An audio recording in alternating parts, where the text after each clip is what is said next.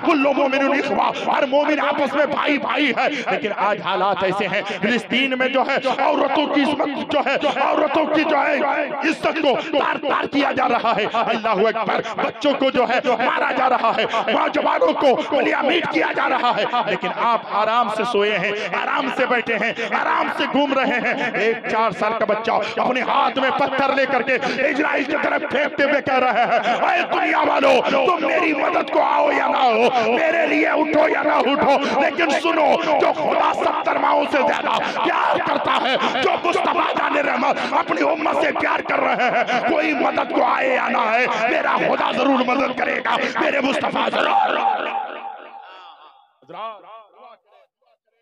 अल्लाह तबारक व तआला मुल्क फिलिस्तीन के जवानों को, बूढ़ों को अल्लाह तबारक उन लोगों को फतह और नुसरत अता फरमाए, कामयाबी अता फरमाए। ऐ रज़ा, हर काम का एक वक्त है, दिल को भी आराम हो ही जाएगा। इस्लाही पहलू पर गुफ्तगू करनी थी। कैसी बात करें, आज एक मुसलमान दूसरे मुसलमान का नहीं, एक मुसलमान दूसरे मुसलमान की हमदर्द नहीं, एक मुसलमान दूसरे मुसलमान को सताने में लगा है। और तारीख पढ़ो, हजरत बायजीद बस्तामी रज़ी अल्लाह तआला अन्हु के घर के करीब एक यहूदी रहता है और हर दिन पेशाब खाना उनके आंगन में आकर के करता है, उनके दरवाजे के करीब करता है। उनकी अहलिया कहती है, मेरे शोहर ये कैसा कर रहे हैं? बायजीद बस्तामी सारी परेशानियों को झेल लेते हैं, कहते हैं खामोश रहो, खामोश रहो। उसके शोहर जो है तिजारत के लिए जाता है, उसकी औरत जो है हामिला है, उसके घर में एक बच्चा पैदा होता है। रात की तारीकी में वो बच्चा रोने लगता है, तो हजरत बायजीद बस्तामी उसके दरवाजे के करीब जाते हैं। कैसे मोमिन है, कैसे ईमान वाले हैं, कैसे अल्लाह वाले हैं। दरवाजे के करीब गए, कहा तुम्हारा बच्चा क्यों रोता है? वो यहूदी की बीवी कहती है, हमारे घर में चिराग में तेल नहीं है, इसलिए अंधेरी की वजह से, तारीकी की वजह से मेरा बच्चा रो रहा है। बायजीद बस्तामी अपने घर गए, अपने घर का चिराग लाया और कहा लो अपने घर में चला लो और इसे अपने घर में रख लो। अब उसके घर में रोशनी हो जाती है, सारी रात बच्चा सो जाता है, सारी रात बच्चा रोता नहीं है। फिर अल्लाह अकबर, दूसरी रात फिर वो बच्चा रोने लगता है। बायजीद बस्तामी अपने घर का चिराग ला कर देते हैं। तीसरी रात भी वो बच्चा रोता है, फिर अपने घर का चिराग उनके घर में लाकर दे देते हैं। चौथे दिन उसका शोहर वहां से आता है, बाहर से तिजारत करके आता है। उसकी बीवी कहती है, मेरे शोहर, हमारे घर में चिराग में तेल डालने के लिए पैसा न था, चिराग में तेल नहीं था, तो हमारे बच्चे रो रहे थे। लेकिन हम जिसके आंगन में रोजाना पेशाब का खाना फेंका करते हैं, उस अल्लाह के वाले, अल्लाह वाले ने, उस अल्लाह के बंदे ने जो है हमारे घर में अपना चिराग ला करके जलाया है, हमारे घर में अपने चिराग की रोशनी दे दी है। अल्लाह अकबर। वो यहूदी कहता है, जिसको हम बुरा कहते रहे, जिसको हम उल्टा कहते रहे, जिसके आंगन में पेशाब का खाना फेंकते रहे, उन्होंने इस तरीके से काम किया है, मेरे घर की तारीकी को मिटाया है, मेरे घर में अपना चिराग ला करके दिया है। ऐ मेरी बीवी, देख लिया हमने, मजहब इस्लाम इतना प्यारा है, मजहब इस्लाम कितना अच्छा है कि वो अपने घर में अंधेरी में रहते हैं, हमारे घर में रोशनी का उजाला जो है, रोशनी का इंतजाम करते हैं। बीवी भी जाती है, रोर भी जाता है और कहते हैं, बायजीद बस्तामी, अगर आपका अखलाक इतना अच्छा है, आपका किरदार इतना अच्छा है, आपकी जिंदगी इतनी अच्छी है, तो मदीने के आमना का लाल कितना अच्छा होगा। आप कलमा पढ़ाइए, हम मुसलमान होना चाहते हैं, हम इस्लाम इस्लाम कबूल करना चाहते हैं। मेरी कौम के दयालु मुसलमानों, इसीलिए अगर तुम्हारा अखलाक बुलंद हो, तुम्हारा किरदार बुलंद हो गया, तो इंशाअल्लाहुल अज़ीज़ जब आप चलो तो दुनिया वाला देखे तो कहे, यार ये जा रहा है, गुलाम मुस्तफा जा रहा है, गुलाम गौस जा रहा है, गुलाम गरीब नवाज जा रहा है, गुलाम आला हजरत जा रहा है, गुलाम जो है हुजूर सैयद महमूद शाह रहमतुल्लाह अलैह का जो है गुलाम जा रहा है। जब जाने वाले को देखे तो दुनिया वाला कहे, अगर नबी का वारिस इतना अच्छा है, नबी के वारिस का अखलाक इतना अच्छा है, नबी से जो है मोहब्बत करने वाले का किरदार इतना अच्छा है, तो आमना के लाल का किरदार कितना अच्छा होगा, वो आपके तरफ माइल होगा, मज़हब इस्लाम में वो दाखिल होगा। इसलिए मैं कहना चाहता हूँ, आज से 1440 साल पीछे जाए, खुदा की कसम, मेरे मुस्तफा मक्के से और मदीने से हिंदुस्तान नहीं आए, लेकिन पूरी कायनात में इस्लाम पहुंचा। कैसे पहुंचा? जब इंसान का अखलाक बुलंद होता है, किरदार बुलंद होता है। ये वो मुस्तफा जाने रहमत है जिनके सदके में मौला ने सारी कायनात को बनाया है। वो मुस्तफा जाने रहमत के अखलाक ने कायनात के जर्रे जर्रे को, कायनात के गोशे गोशे को उजागर।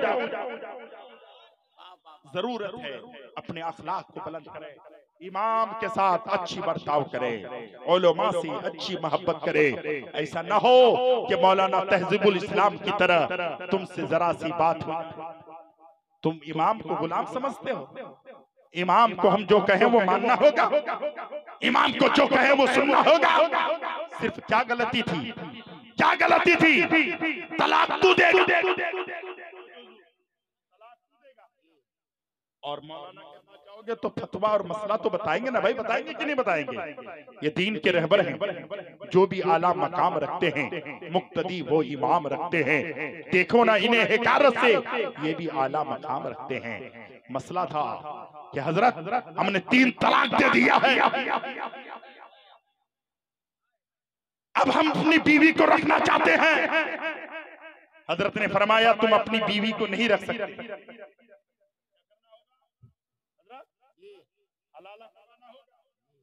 उसने कहा हजरत आप हमारी मस्जिद में हैं, मैं सदर साहब का भांजा बोलता हूँ। अबे तू सदर का भांजा बोले या सेक्रेटरी का बाप बोले, मौलवी तेरे बाप का गुलाम नहीं होता, मौलवी तुझसे डरता नहीं है। अगर वो मौलवी बना है तो याद रखना, आज तो लोग तराजू में नापते हैं। हजरत कितना कमा लेता तुम्हारा बेटा मौलवी बनकर? बोले 10,000। का मेरा बेटा दुबई में है, 1 लाख रुपए मंथली कमाता। हजरत आपने अपने बेटे को मुफ्ती बनाया, कितना कमाते हैं? बोले 20,000। का मेरा बेटा अमेरिका में 3 लाख रुपए मंथली कमाता है। मैंने कहा क्या मतलब? का मौलाना तो साइकिल में चल रहा है, मेरा बेटा तो फॉर्च्यूनर गाड़ी में चल रहा है। मौलाना तो झोपड़ी में है, मेरा बेटा तो संगमरमर के मकान में है। मेरा बेटा अच्छा हुआ कि नहीं? मेरा बेटा बेहतर हुआ कि नहीं? मेरा बेटा आला हुआ कि नहीं? अरे नादान, तुझे मालूम नहीं है आका की बारगाह में पहुंचे, या रसूल अल्लाह दुनिया वाला इसे बेहतर कहता है जो ज्यादा कमाता है, जो अच्छी गाड़ी में घूमता है, जो अच्छे मकान में रहता है, 10-20 बीघा जमीन किया है और बैंक में जो है बैलेंस है, वो बेहतर ही दुनिया वाला कह रहा है। या नबी अल्लाह बेहतर कौन है? आका फरमाते हैं तो मैं सबसे बेहतर वह है जो खुद कुरान सीखता है और दूसरों को कुरान सिखाता है। तुम्हारी मानूं या आमना के लाके? तुम्हारी बात अगर मानने लगा तो जान भी जाएगी, ईमान भी जाने का खतरा है। लेकिन आका की माने तो दुनिया भी आबाद, आखिरत भी आबाद। रात काफी हो गई है, आपको निकाह पढ़ाना होगा, नहीं तो देखिएगा आपके साथ मामला खराब होगा। हजरत ने कहा या अल्लाह ये दुनिया चाहे कितना भी कुछ कर ले, मुद्दे लाख बुरा चाहे तो क्या होता है, वही होता है जो मंजूर खुदा होता है। तुमने उसे कत्ल किया, अल्लाह ने उनको शहादत का रुतबा अता किया। वो दर्जा, वो मकाम, वो मनसब हर किसी को नहीं। रघुनाथ वालों, रघुनाथपुर वालों, अपनी किस्मत पे नाज करते रहो। खुदा की कसम ऐसे बावकार औलियाए कामिलीन यहाँ लेटे हैं। उन 50वां उर्स पाक आप मना रहे हैं। आइंदा साल जिंदा रहेंगे तो अल्हम्दुलिल्लाह 50वां उर्स पाक आप सुने। अल्हम्दुलिल्लाह इसी सरजमीन पर खानकाह फरीदियत आज जो चमक रही है, दमक रही है, वो अजीम जात यहीं पे पर्दा की, वहां पर दफन किया गया। ऐसी बावकार जगहों पर और ऐसे बावकार पीर जब आए उनकी इज्जत करें। उनके 2-2 फूल यहाँ पर आए हैं, उनसे मोहब्बत करें, उनसे इज्जत, उनकी इज्जत करें, उनके पास जाने की कोशिश करें। खुदा की कसम अल्लाह वाले घर में आते हैं तो खुदा की कसम घर में बेपनाह अल्लाह रब्बुल इज्जत बरकतें नाज़िल। अपने घरों में दावत दें, अपने घरों में बुलाएं, जितना हो सके आप नजराना भी पेश करें, जितना हो सके उनसे प्यार करें। खुदा की कसम यही तो सरमाया आखिरत का है। उन्होंने कहा अगर आपने निकाह नहीं पढ़ाई तो फिर आपका अंजाम बुरा होगा। उसने कहा देखा जाएगा। वो बेचारे रह गए कि जरा सी बात है क्या होगा, लेकिन क्या हुआ कि इतने बावकार आलिम दीन मुझे हजरत ने अपने करीब में भी बुलाया था, अल्लामा मौलाना तहजीबुल इस्लाम साहब। मैं उनका बहुत बड़ा मशकूर था, बहुत अच्छे आलिम दीन थे, लेकिन क्या हुआ कि उनको फजर की अजान के बाद उनको बेईमाना कत्ल किया गया। खुदा की कसम, ऐसा दर्दनाक जालिम ने इस तरीके से जो है चाकू का वार किया, मुझे ऐसा लगता है इंसान नहीं था, वो पत्थर का मुजस्समा बना था। ऐसा जालिम था, ऐसा नाहंगार था कि एक आलिम दीन, एक नबी के वारिस पर भी उसे रहम नहीं आया। इसीलिए बहुत अफसोस होता है मेरे भाई, अपने इमाम को गुलाम ना समझना, इमाम को अपना आका समझना, इमाम की इज्जत करना। आपके यहाँ के इमाम अल्लामा मेराज साहब है, उनसे मोहब्बत करना, उनसे प्यार करना, आलिम दीन की सोहबत में बैठना।